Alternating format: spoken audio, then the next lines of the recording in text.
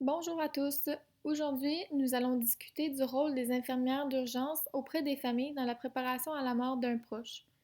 Tout d'abord, tel que représenté sur le diagramme, 59% des décès au Québec sont constatés dans les établissements de courte durée tels que les hôpitaux. La fin de vie est donc un contexte pour lequel les travailleurs de ce type de lieu doivent être conscients et idéalement à l'aise. Par contre, selon l'Association des infirmières et infirmiers du Canada et l'Association canadienne des soins palliatifs, malgré une expansion des soins palliatifs spécialisés, un trop grand nombre de patients et leurs familles n'ont toujours pas accès à des soins de fin de vie de haute qualité, surtout dans les services d'urgence. C'est pourquoi nous avons décidé de concentrer notre projet sur ce type de département. Donc, afin de vous mettre en contexte concernant la problématique, voici les difficultés entourant notre sujet. Le décès d'un patient, qu'il soit soudain ou anticipé, figure parmi les expériences les plus angoissantes que vit l'infirmière. Donc, si cela est angoissant pour les professionnels, alors imaginez ce qu'il en est pour les familles. De plus, les professionnels de la santé qualifient généralement les décès dus aux maladies chroniques tels qu'anticipés, mais ces décès peuvent être perçus comme inattendus et choquants par les proches soignants qui se concentrent sur la prestation de soins plutôt que sur la préparation au deuil.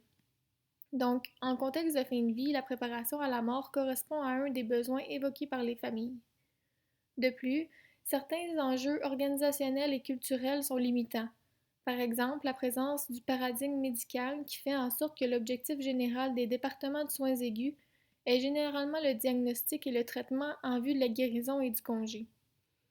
Il y a probablement aussi un manque dans la formation, puisque les infirmières se sentent souvent mal outillées et ressentent qu'elles n'ont pas les aptitudes, les connaissances et les compétences spécialisées nécessaires.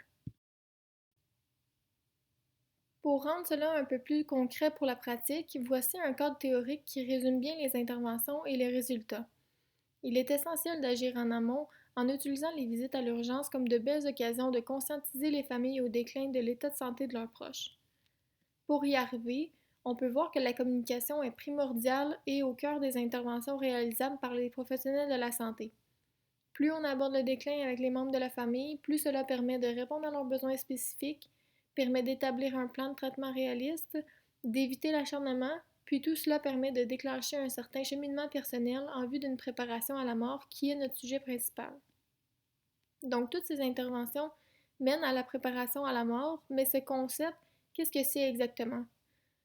La majorité des auteurs consultés partageaient l'idée que la préparation à la mort possède une nature dynamique et est un concept multidimensionnel, le plus souvent défini comme le sentiment d'être prêt et conscient d'une mort imminente.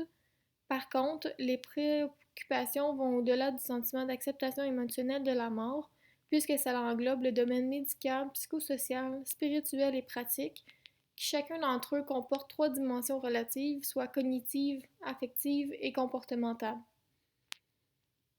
Donc cela va entraîner des résultats cliniques favorables. Entre autres, la famille sera plus satisfaite des soins reçus. Le manque de préparation des membres de la famille est associé au deuil compliqué, à la dépression et à l'anxiété après la mort du proche, alors ces complications seront réduites, puis des soins adaptés seront envisagés. Suite à ces écrits, il est maintenant temps d'implanter ces conseils dans nos milieux, alors au plaisir d'améliorer l'accompagnement des familles. Merci.